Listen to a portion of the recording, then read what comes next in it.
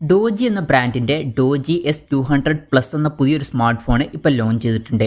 ഈ ഒരു വീഡിയോയിൽ നമ്മൾ നോക്കാൻ പോകുന്നത് ഡോജി S200+ എന്ന സ്മാർട്ട് ഫോണിനെ പറ്റിയിട്ടാണ്.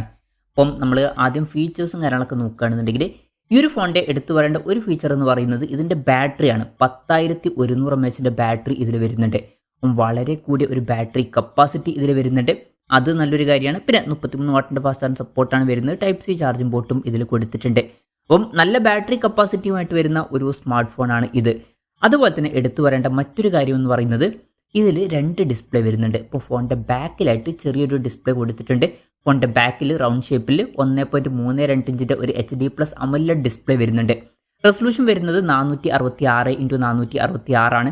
പിന്നെ ഇതിൽ കൂടിയ റിഫ്രഷ് റേറ്റ് സപ്പോർട്ട് ചെയ്യുന്നില്ല. 60 Hz റിഫ്രഷ് റേറ്റേ വരുന്നുള്ളൂ. പല കാര്യങ്ങളും ഈ ഒരു ഡിസ്പ്ലേയിൽ നമുക്ക് കാണാൻ പറ്റുന്നതായിരിക്കും. അപ്പം അതാണ് ഹൈലൈറ്റ് ആയിട്ടുള്ള മറ്റൊരു ഫീച്ചർ. പിന്നെ IP68 69K റേറ്റിംഗ് ഇതിൽ സപ്പോർട്ട് ചെയ്യുന്നുണ്ട്. അപ്പം മികച്ചൊരു IP റേറ്റിംഗ് ഇതിൽ വരുന്നുണ്ട്. അപ്പം ഈ ഫോൺ വാട്ടർ റെസിസ്റ്റൻറ്റും അതുപോലെ തന്നെ ഡസ്റ്റ് റെസിസ്റ്റൻ്റ് ഒക്കെ ആയിരിക്കുമെന്ന് പറയാവുന്നതാണ്. ഈ ഒരു ഫോണിൽ MIL STD810H സർട്ടിഫിക്കേഷൻ ലഭിച്ചിട്ടുണ്ട്. പൊതുവെ ബിൽഡ് ക്വാളിറ്റിക്ക് ലഭിക്കുന്ന സർട്ടിഫിക്കേഷനാണ്.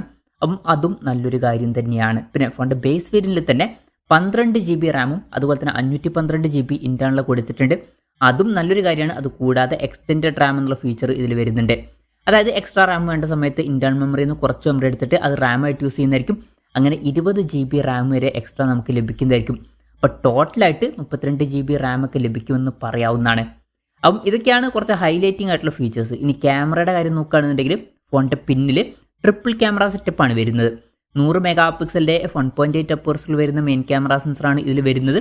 പിന്നെ 20 MP ഒരു നൈറ്റ് വിഷൻ ക്യാമറയും വരുന്നുണ്ട്. അപ്പം അത് ഇൻട്രസ്റ്റിംഗ് ആയിട്ടുള്ള ഒരു കാര്യമാണ്. നൈറ്റ് വിഷൻ ക്യാമറ ഒക്കെ ഇതിൽ കൊടുത്തിട്ടുണ്ട്. പിന്നെ 2 MP f2.4 അപ്പേഴ്സിൽ വരുന്ന ഒരു മാക്രോ ലെൻസും ഇതിൽ വരുന്നുണ്ട്. ഫോണിൻ്റെ ബാക്കിൽ ഇൻഫ്രാറെഡ് നൈറ്റ് വിഷൻ ഫ്ലാഷും വരുന്നുണ്ട്. ഫ്രണ്ടിൽ 32 MP f2.25 അപ്പേഴ്സിൽ വരുന്ന സെൽഫി ക്യാമറയാണ് വരുന്നത്. അപ്പം ഇൻട്രസ്റ്റിംഗ് ആയിട്ടുള്ള ഒരു ഓൺ പേപ്പർ ക്യാമറ സ്പെസിഫിക്കേഷൻ ഇതിൽ വരുന്നുണ്ട്. അപ്പം അൾട്രാ വൈഡ് ആംഗിൾ ലെൻസ് ഒന്നും ഇല്ലെങ്കിലും ഒരു നൈറ്റ് വിഷൻ ക്യാമറ ഒക്കെ ഇതിൽ വരുന്നുണ്ട്. ഇനി ബാക്കി ഫീച്ചേഴ്സ് നോക്കുമ്പോൾ ഇപ്പോൾ മെയിൻ ഡിസ്പ്ലേയുടെ കാര്യത്തിൽ ഫ്രണ്ടിൽ 6.72 ഇഞ്ചിൻ്റെ ഫുൾ HD+ ഡിസ്പ്ലേ ആണ് വരുന്നത്. പക്ഷേ ഒരു കാര്യം എന്താ വെച്ചാൽ ഈ ഒരു സ്മാർട്ട് ഫോണിൽ LCD പാനലേ വരുന്നുള്ളൂ. ഈ ഒരു സ്മാർട്ട് ഫോൺ ഏകദേശം 45,700 രൂപ പ്രൈസ് റേഞ്ചിലായിട്ടാണ് വരുന്നത്. ആ ഒരു പ്രൈസ് റേഞ്ചിൽ നമ്മൾ AMOLED ഡിസ്പ്ലേ എക്സ്പെക്ട് ചെയ്യുന്നുണ്ട്. പക്ഷേ ഇവിടെ അത് മിസ്സിംഗ് ആണ്. അപ്പം അത് കുറച്ച് ഡിസപ്പോയിൻറ്റിംഗ് ആയി എന്ന് തന്നെ പറയേണ്ടി വരും ഈ ഒരു പ്രൈസ് റേഞ്ചിൽ. അതുപോലെ തന്നെ പറയേണ്ട മറ്റൊരു കാര്യം വാട്ടർ ഡ്രോപ്പ് നോച്ച് ഡിസൈനിലെ നോച്ചേ വരുന്നുള്ളൂ. ഈ ഒരു പ്രൈസ് റേഞ്ചിലൊക്കെ നമ്മൾ മിനിമം എക്സ്പെക്ട് ചെയ്യുന്ന ഒരു കാര്യമാണ് പഞ്ചോൾ ഡിസൈൻ എന്നുള്ളത്. ഈ ഒരു പ്രൈസ് റേഞ്ചിൽ നമ്മൾ വാട്ടർ ഡ്രോപ്പ് നോച്ച് ഡിസൈൻ ഒന്നും എക്സ്പെക്ട് ചെയ്യുന്നില്ല. അതും ഇവിടെ മിസ്സിംഗ് ആണ്. പഞ്ചോൾ ഡിസൈൻ വരുന്നില്ല. 120 Hz റിഫ്രഷ് റേറ്റ് ഇതിൽ സപ്പോർട്ട് ചെയ്യുന്നുണ്ട്. അപ്പം ബാക്കിൽ ഒരു സെക്കൻഡറി ഡിസ്പ്ലേ വരുന്നുണ്ടെങ്കിലും ഫ്രണ്ടത്തെ ഡിസ്പ്ലേ കുറച്ച് ഡിസപ്പോയിൻറ്റിങ് തന്നെയാണ്. ഈ ഒരു പ്രൈസ് റേഞ്ചിന് പറ്റിയിട്ടുള്ള ഡിസ്പ്ലേ ഫീച്ചേഴ്സ് അല്ല ഇതിൽ വരുന്നത്. പിന്നെ side mounted finger print sensor ഇതിൽ കൊടുത്തിട്ടുണ്ട്. ഈ ഒരു ഫോണിൻ്റെ വെയിറ്റ് വരുന്നത് ഏകദേശം 379 ഗ്രാമാണ്. അപ്പം അത്യാവശ്യം നല്ലോണം വെയിറ്റ് ഉണ്ട്. അപ്പം സാധാരണ ഒരു ഫോണിനേക്കാളൊക്കെ ഡബിൾ വെയിറ്റ് ഇതിൽ വരുന്നുണ്ട് എന്ന് പറയാവുന്നതാണ്. അതുപോലെ തന്നെ തിക്നെസ് വരുന്നത് 19.1 mm ആണ്.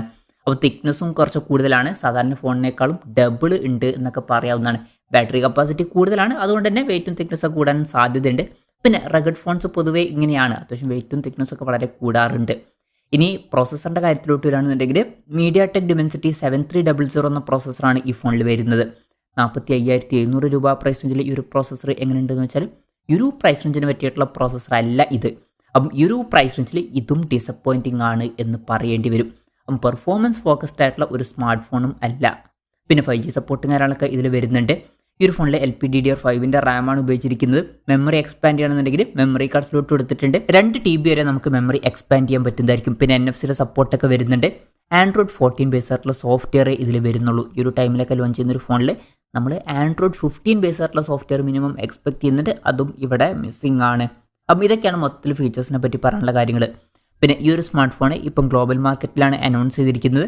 ഈ ഒരു ഫോൺ ഇപ്പം അനൗൺസ് ചെയ്തിരിക്കുന്നത് $529.99 എന്ന പ്രൈസിങ്ങിലാണ്. അതായത് 45,700 രൂപ പ്രൈസ് റേഞ്ചിലായിട്ട്. ഈ ഒരു പ്രൈസ് റേഞ്ചിൽ ഈ ഫീച്ചേഴ്സ് എങ്ങനെ ഉണ്ടെന്ന് വെച്ചാൽ ഇൻട്രസ്റ്റിംഗ് ആയിട്ടുള്ള ചില കാര്യങ്ങൾ വരുന്നുണ്ട്. ഇപ്പോൾ സെക്കൻഡറി ഡിസ്പ്ലേ ഇൻട്രസ്റ്റിംഗ് ആയിട്ടുള്ള ഒരു കാര്യമാണ്. നല്ലൊരു ബാറ്ററി കപ്പാസിറ്റി വരുന്നുണ്ട്. അതുപോലെ തന്നെ റഗഡ് സ്മാർട്ട് ഫോണാണ്. അപ്പോൾ അത്യാവശ്യം നല്ല സ്ട്രോങ് ആയിട്ടുള്ള ഒരു സ്മാർട്ട് ഫോൺ ആയിരിക്കും. അതുപോലെ തന്നെ ബേസ് വേരിയൻറ്റിൽ 12 GB റാമും 512 GB ഇൻറ്റേർണലൊക്കെ വരുന്നുണ്ട്. പക്ഷേ ഈ ഒരു പ്രൈസ് റേഞ്ചിൽ ശരിക്കും നിരാശപ്പെടുത്തിയെന്ന് പറയാൻ പറ്റിയിട്ടുള്ള ചില കാര്യങ്ങളും ഇതിൽ വരുന്നുണ്ട്. മെയിൻ ഡിസ്പ്ലേ എന്ന് പറയുന്നത് ഈ ഒരു പ്രൈസ് റേഞ്ചിന് പറ്റിയിട്ടുള്ള ഡിസ്പ്ലേ അല്ല. അതുപോലെ തന്നെ പ്രോസസ്സർ അത്ര മികച്ചതല്ല. ആൻഡ്രോയിഡ് 14 ബേസ് ആയിട്ടുള്ള സോഫ്റ്റ്വെയർ ഒക്കെ ഇതിൽ വരുന്നുള്ളൂ. അപ്പം ശരിക്കും ഡിസപ്പോയിൻറ്റിംഗ് ആയിട്ടുള്ള ചില കാര്യങ്ങളുണ്ട്, ഇൻട്രസ്റ്റിംഗ് ആയിട്ടുള്ള ചില കാര്യങ്ങളുണ്ട്. മൊത്തത്തിൽ ഈ ഒരു ഫോണിൻ്റെ ഫീച്ചേഴ്സിൽ ഞാൻ സാറ്റിസ്ഫൈഡ് ആണോ എന്ന് വെച്ചാൽ അത്ര സാറ്റിസ്ഫൈഡ് അല്ല എന്ന് പറയേണ്ടി വരും. കാരണം മെയിനായിട്ട് വേണ്ട പ്രൊസസ്സർ വീക്കാണ്, അതുപോലെ തന്നെ ഡിസ്പ്ലേ അത്ര മികച്ചതും അല്ല. അപ്പം മൊത്തത്തിൽ എനിക്ക് കുറച്ച് ഡിസപ്പോയിൻറ്റിംഗ് ആയിട്ടാണ് ഇത് എനിക്ക് തോന്നിയിട്ടുള്ളത്. ഇപ്പം നല്ല ബാറ്ററി കപ്പാസിറ്റി ഉണ്ട് എന്ന് പറഞ്ഞിട്ട് കാര്യമില്ല, മെയിനായിട്ടുള്ള പല കാര്യങ്ങളും ഇതിൽ മിസ്സിംഗ് ആണ്. എന്തായാലും ഡോജി S200+ എന്ന പുതിയൊരു സ്മാർട്ട് ഫോൺ ഇപ്പോൾ ലോഞ്ച് ചെയ്തിട്ടുണ്ട്. ഇതുപോലുള്ള ഒരു സ്മാർട്ട് ഫോൺ നിങ്ങൾ സെലക്ട് ചെയ്യുമോ എന്നുള്ള കാര്യം ജസ്റ്റ് ഒന്ന് കമൻറ്റ് ചെയ്യുക. അതുപോലെ തന്നെ ഈ ഒരു ഫോണിനെ പറ്റിയിട്ടുള്ള നിങ്ങളുടെ അഭിപ്രായം ജസ്റ്റ് ഒന്ന് കമൻറ്റ് ചെയ്യുക.